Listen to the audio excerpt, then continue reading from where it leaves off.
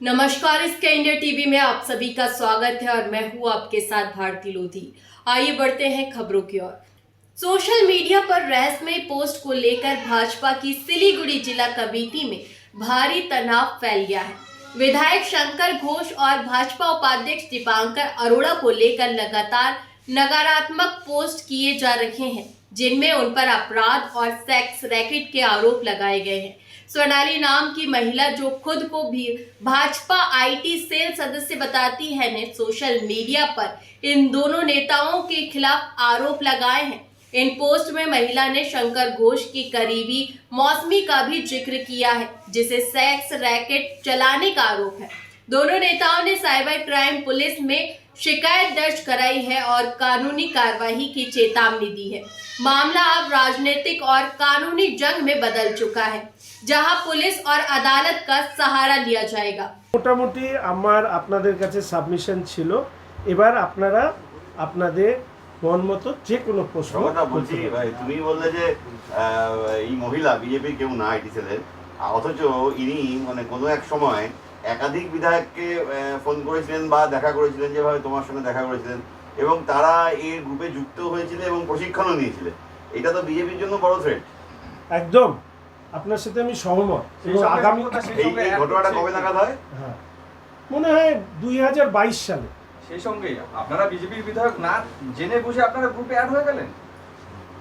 আমি বলে দিই নিতেশ, সেটা হচ্ছে যে আমাদের কাছে উনি এসেছিলেন। প্রাথমিকভাবে উনি আমাদের আস্থা অর্জন করেছিলেন একজন পেশেন্টকে সহযোগিতা করে। আমরা অ্যাড হইনি, উনি এসে আমাদেরকে গ্রুপ ফর্ম করেছিলেন এবং গ্রুপ ভাঙার পরে সেটাও আমরা স্টেট বিজেপির যে আমাদের সাথে ছিল তাকে আমরা জানিয়ে দিয়েছি যে এই ধরনের কাজ করছে। পরবর্তী কাজটা আমার দায়িত্বের মধ্যে পড়বে। নেক্সট, সামনে নির্বাচন, আমি আগে বলতে পারবো না।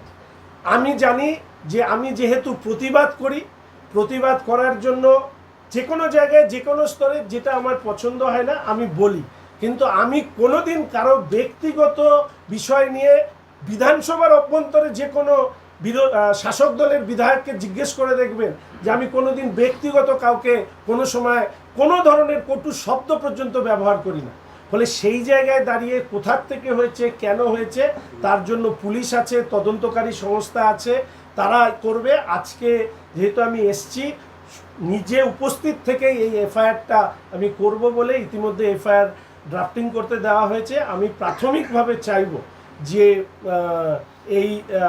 নিজে এই এফআইআরটা আজকে করা, পুলিশ এটার তদন্ত করে দেখুক। শুধু আমার ইমেজ তো নষ্ট করেনি, শিলিগুড়ি পুলিশকে বলছে তারা সার্টিফাই করে চাইল্ড মলেস্টার, রেপিস্ট, তাদেরকেও তো মেলাইন করেছে। আমি আশা করি যে আমাদের সম্মানীয় পুলিশ কমিশনার সাহেব কঠিন থেকে কঠিন পদক্ষেপ এই ক্ষেত্রে গ্রহণ করবেন এবং এইভাবে যে কোনো মানুষ, রাজনীতি করুন, রাজনীতি না করুন, যে কোনো মানুষ এইভাবে কাউকে যদি কোনো বিশেষ উদ্দেশ্যে তাকে যদি মেলাইন করা হয়, সেটা তার পরিবার, তাকে যারা ভালোবাসেন তাদের কাছে কতখানি বেদনার হতে পারে, এটা আমি সাংবাদিক বন্ধু এবং পাঠকদের উপরে ছিল।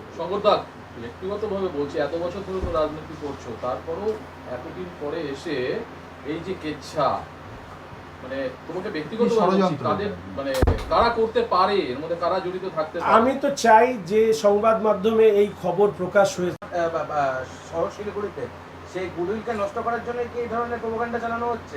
একদম। নির্বাচন যত এগোচ্ছে তত কেউ বা কারা যারা নির্বাচনে দাঁড়াতে চান তাদের স্বার্থ রক্ষা করতে এই ধরনের খবর প্রকাশ হয়েছে। তার কারণ আপনারা এটা ভালো করে বুঝবেন যে আমার মতন একজন পলিটিক্যাল পার্সন, তার সম্পর্কে এই খবর ছাপা হলে মেয়েগুলোর ছবি দিয়ে আমার এগেনস্টে লিখেছে। এইবার ও একটু বুঝেছে যে এবার একটু সমস্যা, এবং এই এফআইআর করার পরে আমাকে আগামীকাল চলে যেতে হবে, আজকে চলে যেতে হবে, আগামীকাল থেকে বিধানসভা শুরু। এর মাঝখানে দাঁড়িয়ে আমাদের লয়াররা এই কেসটা টেক আপ করেছে। ইতিমধ্যে আমি ভারতীয় জনতা পার্টির সর্বভারতীয় স্তরে পুরো বিষয়টি আমি জানিয়েছি, নেতৃত্বকে জানিয়েছি, আমার বিরোধী দলনেতা, আমার রাজ্য সভাপতি সহ প্রত্যেকের কাছে জানিয়েছি। তাদের নির্দেশ মতো, তাদের নির্দেশিকা নিয়ে আমি ইন্ডিভিজুয়াল নই, আমি বিজেপির এমএলএ হিসাবে এখানে ট্যাগ হচ্ছি এবং বিজেপির আইটি সেলের মেম্বার করছে। ফলে প্রত্যেকটি কাজ করার পরে আজকে যখন আমি কালকে আমার একটা জরুরি মিটিং ছিল, সে নাহলে কালকেই হয়তো আমি আসতাম, সেইটা করার পরে আমি এসছি। আমি অনুরোধ করব আপনাদেরকে এই ভিডিও